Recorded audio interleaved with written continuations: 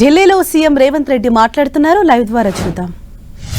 आप देखे कर्नाटक में भी ऐसा ही बोले, कर्नाटक का नतीजा देखे, हिमाचल प्रदेश में भी यही बात कहा था भारतीय जनता पार्टी, हिमाचल प्रदेश में भी आप लोग देखे तो भारतीय जनता पार्टी इवन केरला में भी तमिलनाडु में भी जहाँ पर डिपॉजिट भी नहीं मिल रहा है वहाँ पर मेजॉरिटी सीट्स मिलने वाले हैं, ऐसे भाषण देते जा रहे हैं। मतलब कभी उनके कैडर को उनके लीडर को एक आश्वासन दिलाने के लिए ऐसा स्टेटमेंट कुछ देने के लिए कोशिश कर रहे हैं। इस बार तो खत्म हो चुका है। And now the PM is assuring people of the country that they are not going to remove reservation across the country. How do you look at the comments of the PM? तो मैं simple बोलना चाहता हूँ, Modi ji guarantee का warranty खत्म हो गए। जब वारंटी खत्म हो गए वो गारंटी अभी क्या गारंटी देने वाले हैं? तो इसीलिए ऐसे बात अभी क्यों वो मुद्दा आ रहे, क्यों जवाब देना पड़ा? इसका मतलब वो लोग कुछ ना कुछ दाल में काला है, इसीलिए बार बार वही बात उठा के लोगों को समझाने के लिए कोशिश कर रहा है। तो इसीलिए अभी जो भी भारतीय जनता पार्टी बोलने दो, इस देश की जनता यकीन करने के लिए तैयार नहीं है। इस देश की जनता तैयार हो गई कि भारतीय जनता पार्टी हटाने के लिए और इंडिया अलायंस को जिताने के लिए इस बार इंडिया अलायंस सरकार बनाने वाले हैं। Thank you very much. ఈరోజు శ్రీమతి సోనియా గాంధీ గారిని కలిసి జూన్ 2 నాడు తెలంగాణ రాష్ట్ర అవతరణ 10 సంవత్సరాలు పూర్తి చేసుకుంటున్న ఉత్సవాలను ఏదైతే జరుపుకుంటున్నామో, మొన్న జరిగిన మంత్రివర్గ సమావేశం అంతా ఏకగ్రీవంగా తీర్మానం చేసింది శ్రీమతి సోనియా గాంధీ గారిని ప్రత్యేక అతిథిగా తెలంగాణ రాష్ట్రం ఇచ్చిన నాయకురాలుగా వారిని తెలంగాణకు ఆహ్వానించి 10 సంవత్సరాలు పూర్తి చేసుకుంటున్న ఉత్సవాలలో వారి యొక్క భాగస్వామ్యాన్ని తెలంగాణ ప్రజలు కోరుకుంటున్నారు. అదేవిధంగా మంత్రివర్గం కూడా తీర్మానం చేసింది. ఈ 2 వివరాలను శ్రీమతి సోనియా గాంధీ గారికి వివరించి జూన్ 2 తారీఖు నాడు తెలంగాణ రాష్ట్రంలో హైదరాబాద్ నగరంలో పరేడ్ గ్రౌండ్లో జరుగుతున్న తెలంగాణ రాష్ట్ర అవతరణ ఉత్సవాలకు హాజరు కావాల్సిందిగా వారిని ఆహ్వానించినాము. వారు సానుకూలంగా స్పందించారు. ఇది తెలంగాణ 4 కోట్ల ప్రజలకు చాలా సంతోషకరమైన వార్త. మేమందరం కాంగ్రెస్ శ్రేణులమందరం కూడా సోనియా గాంధీ గారి పర్యటన కోసం, రాష్ట్ర అవతరణ ఉత్సవాల కోసం ఎదురు చూస్తున్నాము. అద్భుతంగా ఈ ఉత్సవాలను నిర్వహించడం ద్వారా శ్రీమతి సోనియా గాంధీ గారు తెలంగాణ రాష్ట్రాన్ని ఇచ్చి తెలంగాణ 4 కోట్ల ప్రజల యొక్క ఆత్మ గౌరవాన్ని నిలబెట్టినందుకు వారిని సత్కరించడం ద్వారా మేము కృతజ్ఞత తెలియజేయదలుచుకున్న శ్రీమతి సోనియా గాంధీ గారికి, వారు మా ఆహ్వానాన్ని అందించి వారు రాష్ట్రానికి రావడానికి ఒప్పుకున్నందుకు వారికి మనస్ఫూర్తిగా కాంగ్రెస్ పార్టీ అధ్యక్షుడిగా, తెలంగాణ రాష్ట్ర ముఖ్యమంత్రిగా ధన్యవాదాలు తెలియజేస్తున్నా. రాష్ట్రంలో ఉండే ప్రముఖులందరూ, ఉద్యమకారులందరినీ, ఎవరెవరైతే ఉద్యమంలో పాల్గొన్నారో వాళ్ళందరినీ కూడా భాగస్వాములను చేస్తాం.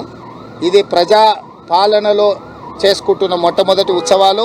తప్పకుండా తెలంగాణ ఉద్యమంలో భాగస్వాములైన బాధ్యత వహించిన ప్రతి ఒక్కరిని అధికారికంగా ఆహ్వానిస్తున్నాం.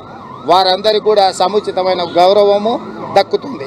తెలంగాణ ఉద్యమకారులు ఎంతమంది గుర్తించారు? వారికి ఇప్పుడు అవన్నీ కోదండరామ్ గారి నేతృత్వంలో ఆ లిస్టును అంతా కూడా తయారు చేయమని చెప్పినాం. తొందరలోనే వాటి వివరాలన్నీ కూడా తెలియజేస్తాం. ధన్యవాదాలు. रेवंत सर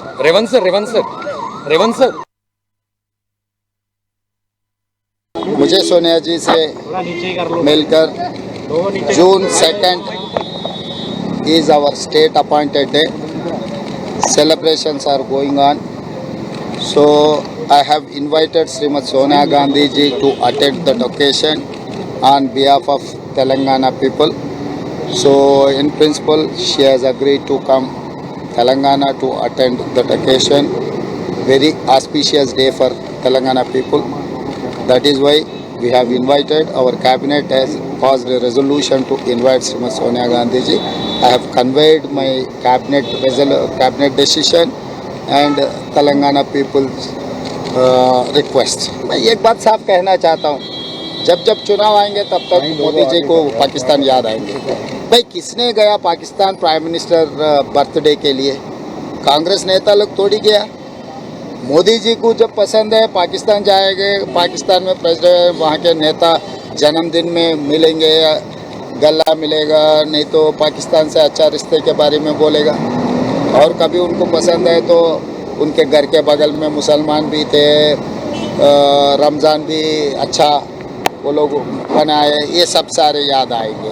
जब कांग्रेस पार्टी चुनाव में मोदी जी को जो सवाल उठाए, पिछले 2 चुनाव में जो वादा किया था जनता को, किसान का डबल इनकम, 15 लाख रुपए जनधन खाता में हर गरीब को डालने का, और 2 करोड़ नौकरी हर साल डालने का, और हम लोग ये भी सवाल उठाए कि संविधान बदलने के लिए कोशिश कर रहा है, और SC ST OBC आरक्षण हटाने के लिए जो भारतीय जनता पार्टी कोशिश कर रहा है, ये सब सारे हम लोग सवाल उठाए। तो तब भारतीय जनता पार्टी को ये आधार है पाकिस्तान या मुसलमान। भाई राजनीति में आपका एजेंडा क्या है, इसके बारे में कहो, नहीं है तो 10 साल में आप लोग जो तरक्की किए इस देश में, आपके तरक्की के बारे में प्रोग्रेस रिपोर्ट दिखा दो देश जनता को। नहीं, ये पिछले कम से कम 1981 से लेकर भारतीय जनता पार्टी शुरू हो गया, तब से गांधी परिवार को गाली देते देते भारतीय जनता पार्टी यहाँ तक पहुँच चुका है। अभी मोदी जी को भारतीय जनता पार्टी को गाली देने के लिए, कुछ कहने के लिए कुछ वजह ही नहीं है।